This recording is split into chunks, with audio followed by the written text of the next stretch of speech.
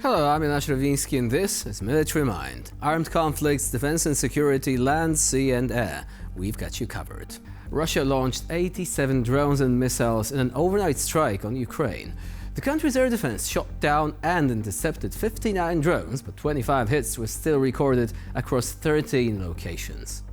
Now, late on the 14th of September, 9 people were wounded in downtown Kramatorsk in the Donetsk region after Moscow's forces dropped 3 bombs on civilian infrastructure targets.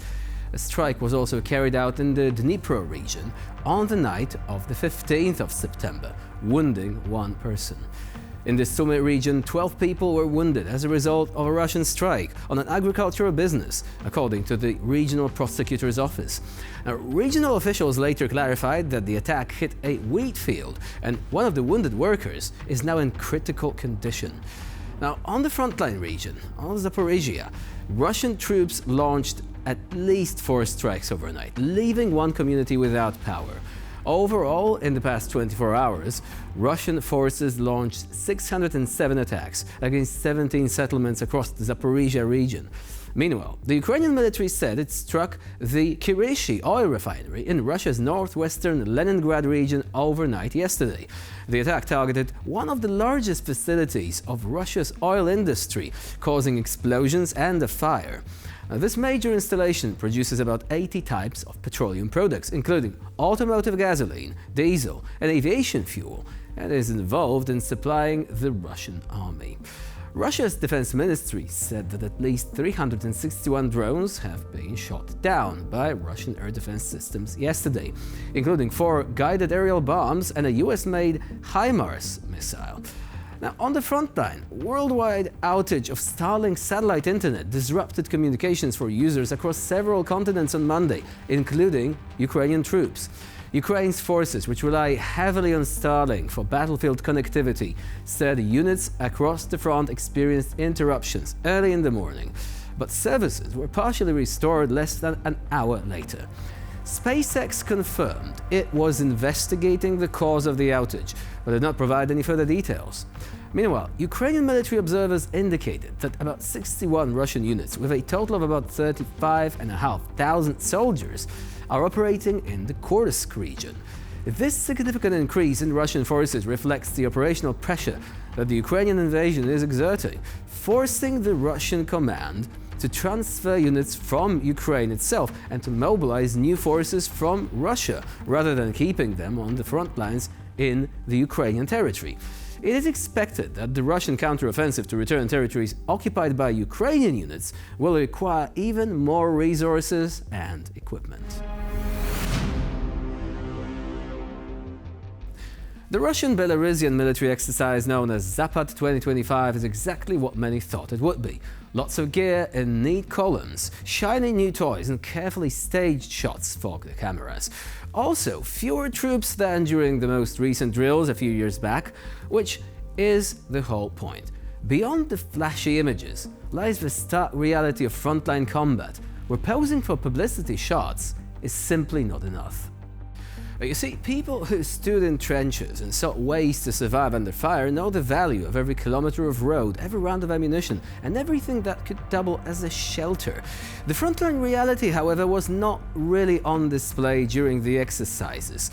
Unlike the situation in Ukraine, where the Russian forces are taking heavy losses and are often actually confronted with the immense pressure from the Ukrainian defenders, on the Belarusian soil, everything, as we've already indicated, was very neat. It was very choreographed. So let's take a look at how the Russian propaganda actually would like us to see the Russian military.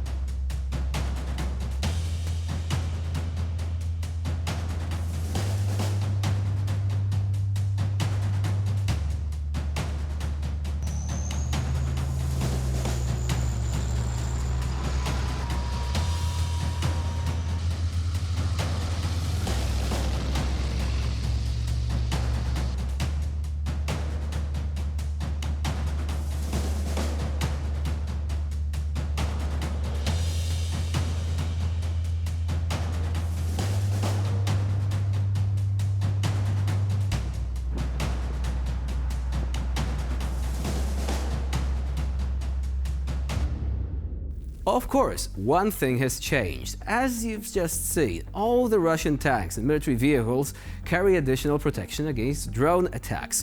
It has become an indispensable part of military equipment nowadays, so it is not worth pretending like nothing has changed, right? The frontline reality is actually making its presence felt as drone technology continues to evolve. Now, moving on to our next story today, Ukrainian troops working for the country's military intelligence continue to systematically deprive the enemy of key elements of their air defense. This time, one of the most dangerous weapons, the 9K317M Buk M3 anti-aircraft missile system, was the target. The strike was carried out near the village of Oleksandrivka in the temporarily occupied Zaporizhia region. Video and photo evidence confirmed that the Russian system was completely destroyed by Ukrainian recon forces. The cost of one such Buk system is estimated at between 40 and 50 million US dollars. For the enemy, this is not only a major financial loss, but also a blow to their ability to cover their troops against air assaults.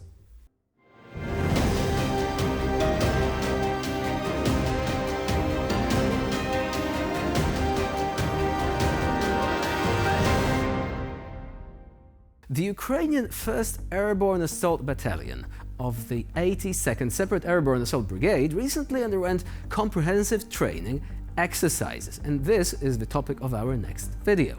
Now, the task of the exercise was to practice attacking wooded terrain in conditions as close as possible to actual combat, searching for and destroying fortified fire emplacements, clearing dugouts and trenches, and controlling and securing the occupied line. The battalion's highly mobile units practiced advancing on small vehicles, including ATVs, for a quick approach. One element of the exercises involved overcoming barriers such as razor wire. As the troops approached enemy positions, they deployed a broad spectrum of infantry weapons, including grenade launchers, to win the ensuing battle.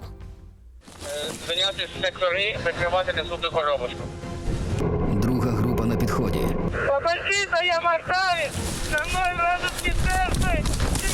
Друга група просить прикрити від ворожого FPV.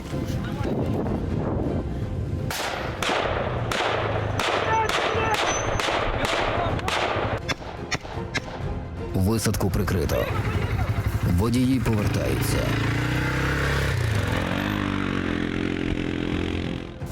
Сектор зайнявся, сектор чистий! Таклбері, я Папасіта. Мактавіша витягнули, вони закріпилися. Моя група починає рух на точку накопичення в бліндаж на А5. Як прийняв? Плюс. Туз, сова. Починаємо рух до точки накопичення. Як прийняли? Все, туз перший, сова другий. Я замикаю.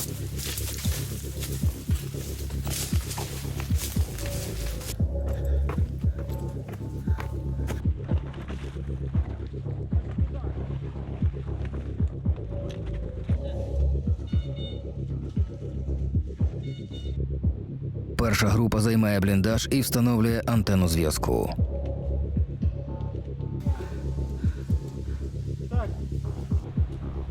Пробуй! Друга на прикритті і підтягується після команди.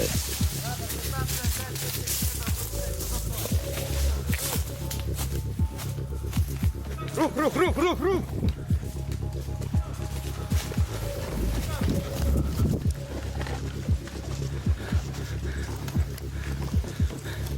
Заскакуй в окоп! Заходжу в траншею! Заскакуй!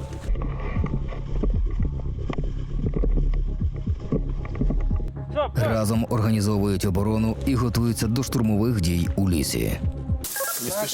Перед групою загроза.